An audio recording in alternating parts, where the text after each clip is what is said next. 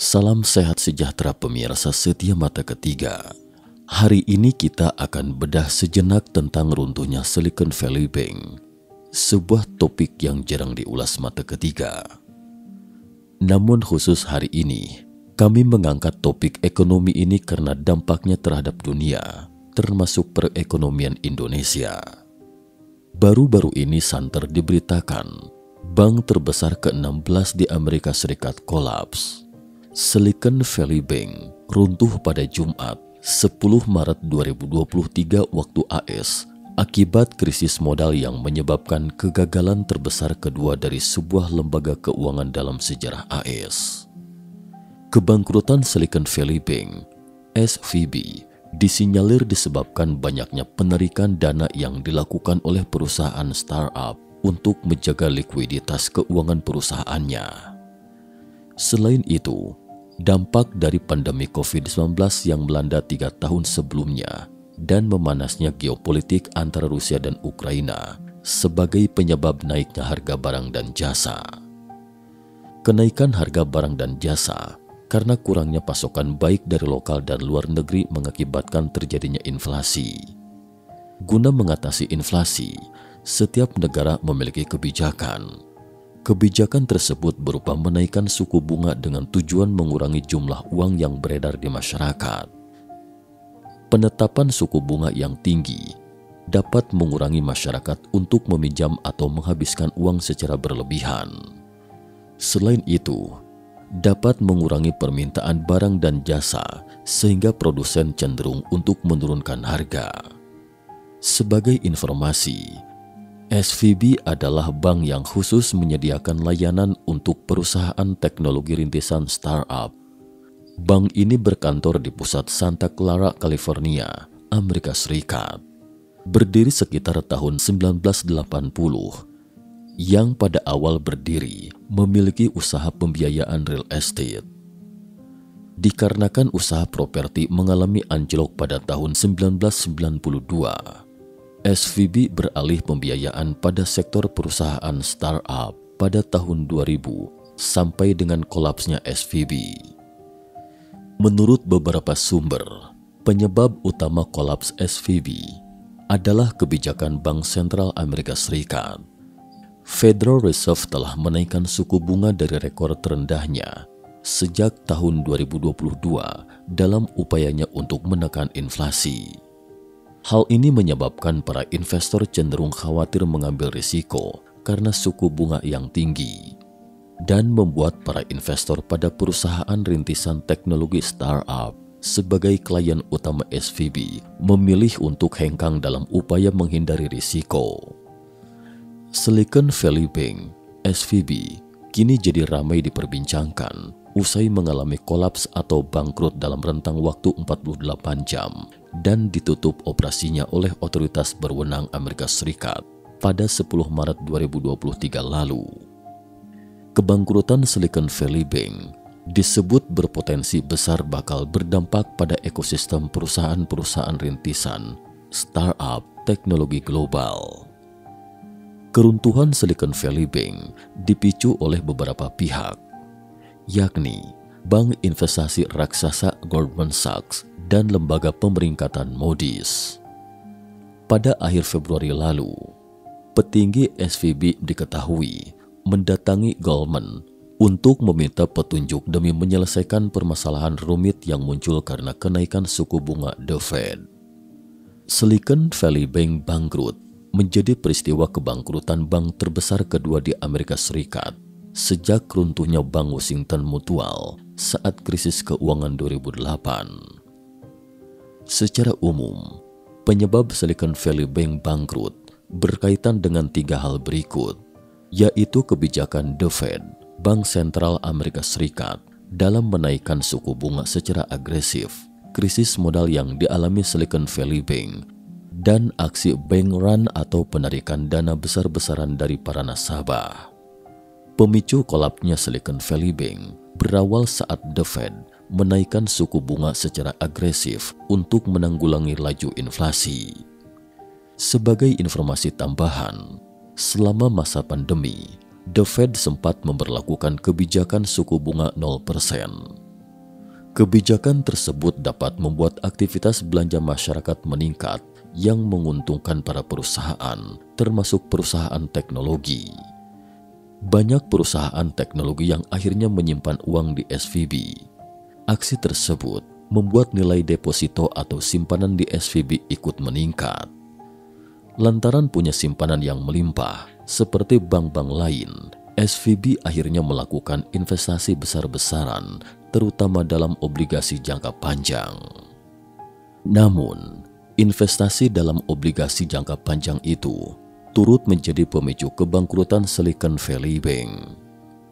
Setahun belakangan, karena inflasi meningkat, The Fed akhirnya menaikkan suku bunga secara bertahap untuk menanggulangi laju inflasi.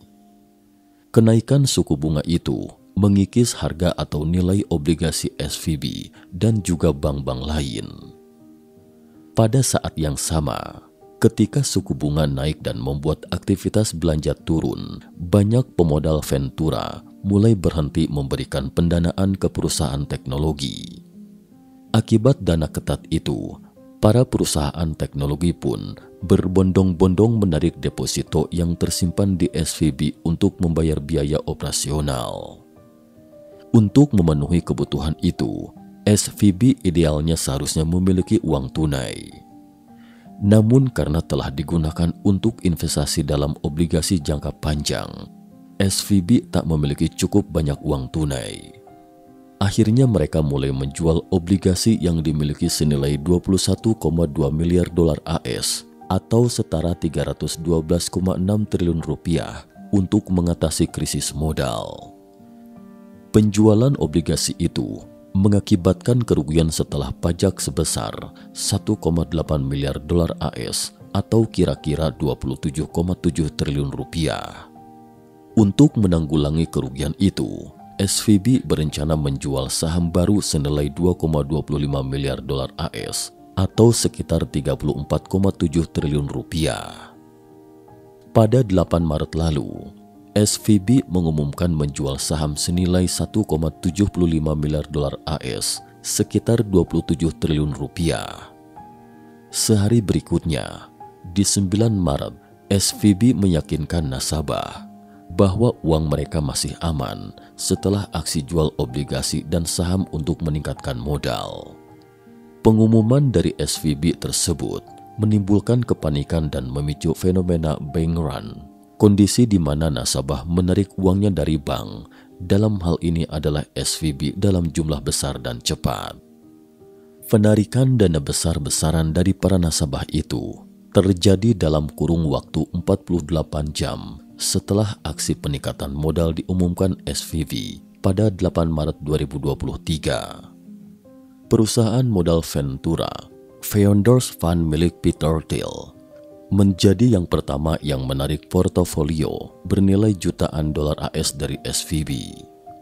Selanjutnya kemudian, banyak pemodal Ventura atau investor yang mengikuti langkah Founders Fund. Selang 2 hari setelah pengumuman tersebut, bank dengan total aset senilai sekitar 209 miliar dolar AS itu pun akhirnya ambruk. Hal serupa pernah terjadi di Amerika Serikat di masa lalu, yaitu krisis simpan pinjam pada tahun 1980-an dan 1990-an. Pada tahun 1970-an, tingkat bunga bank-bank Amerika relatif rendah yang mengakibatkan gelembung real estate, yaitu harga rumah terus meningkat. Untuk menekan kenaikan harga rumah, Federal Reserve terus menaikkan suku bunga tertinggi hingga 20% pada tahun 1980. Akibatnya, hampir 3.000 bank atau lembaga kredit di Amerika Serikat tutup dalam 15 tahun ke depan. Tentu saja, ini merupakan serangkaian kebangkrutan bank dalam 15 tahun, tidak seperti sekarang dengan skala besar sekaligus.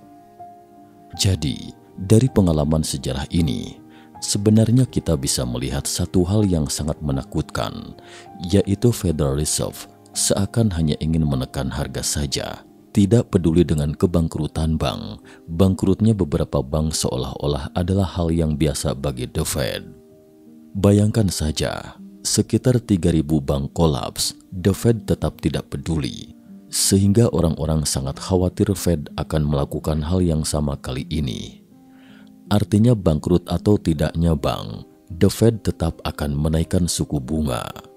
Hal ini bisa dilihat dari respon The Fed kali ini, yaitu ketika bank kedua bangkrut, The Fed langsung mengumumkan akan mengambil alih. Apa artinya? Karena The Fed sudah tahu bank itu akan bangkrut, sehingga tidak perlu memikirkan tindakan pencegahan apapun. Bagi nasabah, ini adalah peristiwa yang tiba-tiba, tetapi bagi The Fed, semua itu sudah diduga. Lantas, apakah diambil alih olehnya? Belum tentu, karena selama krisis simpan pinjam sebelumnya, The Fed tidak mengambil alih. Jadi, secara permukaan, krisis kali ini sekilas tampak sudah berlalu, padahal sebenarnya bisa jadi mengandung potensi risiko. Artinya, jika The Fed terus menaikkan suku bunga, apa yang akan terjadi belum bisa dipastikan. Satu-satunya cara untuk mengatasi krisis ini adalah menunggu harga turun. Jika sesuatu terjadi di masa depan yang dapat mendorong kenaikan harga, misalnya seperti serangkaian peristiwa tak terduga, seperti perang atau asteroid yang menghantam bumi, maka krisis keuangan akan benar-benar terjadi. Terakhir, satu hal yang ingin saya tambahkan adalah, entah kesan teman-teman seperti apa terhadap bank. Pada dasarnya, bank adalah lembaga komersial yang tidak berbeda dengan lembaga komersial lainnya. Misalnya restoran, perusahaan, dan toko semuanya sama. Mereka juga perlu menghasilkan uang. Hanya saja bank menggunakan uang kita untuk menghasilkan uang dan untung bersama. Jika tidak untung alias rugi, maka nasabahlah yang dirugikan. Sebaliknya adalah untung bersama. Seperti inilah kesannya bank-bank di dunia. Jadi pada dasarnya, kita harus memiliki kesadaran risiko tertentu terhadap bank. Sama seperti perusahaan pada umumnya, bank juga akan bangkrut, terutama jika terjadi inflasi. Bank sangat takut dengan inflasi. Itulah sebabnya ada dua barang yang harganya meroket setelah krisis ini. Pertama adalah emas dan lainnya adalah Bitcoin yang naik sekitar 20%. Tapi emas tidak naik hingga 20%, jadi emas fisik dan emas digital akan naik. Itulah krisis perbankan yang sedang berlangsung hingga kini. Lalu, bagaimana dampak kolapsnya SVB dengan industri perbankan Indonesia? Berdasarkan pendapat dari beberapa pakar ekonomi Indonesia, Menteri Keuangan Republik Indonesia dan Kepala Eksekutif Otoritas Jasa Keuangan OJK dapat disimpulkan sebagai berikut. 1. Sejak terjadinya krisis pada tahun 1998, industri perbankan Indonesia mengalami perombakan atau perbaikan besar-besaran.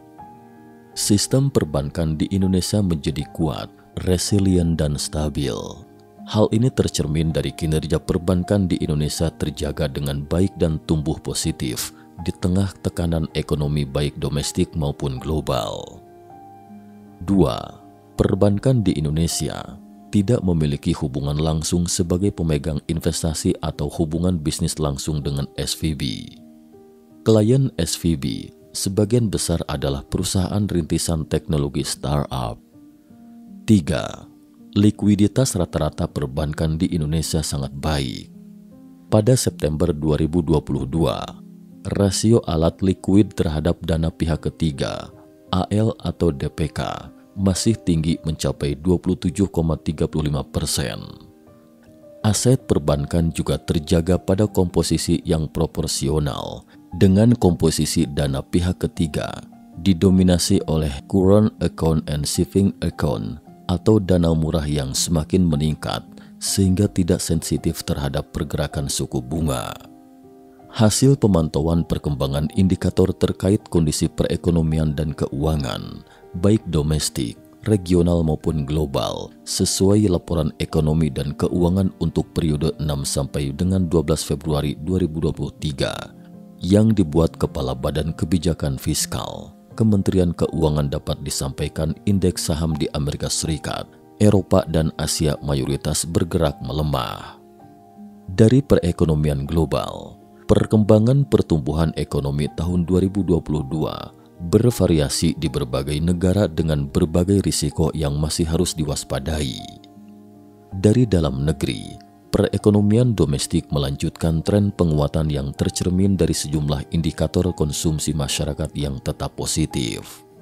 Selain itu, cadangan devisa Indonesia periode Januari 2023 semakin meningkat. Berdasarkan hal-hal tersebut di atas, berikut pandangan penanganan dampak kolaps SVB terhadap ekonomi atau industri perbankan Indonesia. Indonesia tetap harus waspada dan hati-hati terhadap dampak yang ditimbulkan dari kolapsnya SVB terhadap perekonomian dan keuangan Indonesia. Secara umum belum akan mendorong pelemahan PDB Indonesia, kecuali apabila krisis perbankan ini menjadi trigger lanjutan dari krisis global seperti tahun 2008. Pembuat kebijakan regulator harus segera bertindak cepat memitigasi dampak dari risiko volatilitas akibat kolapsnya SVB. Demikian kutipan dari situs Kemenku. Sekian dan terima kasih atas perhatiannya.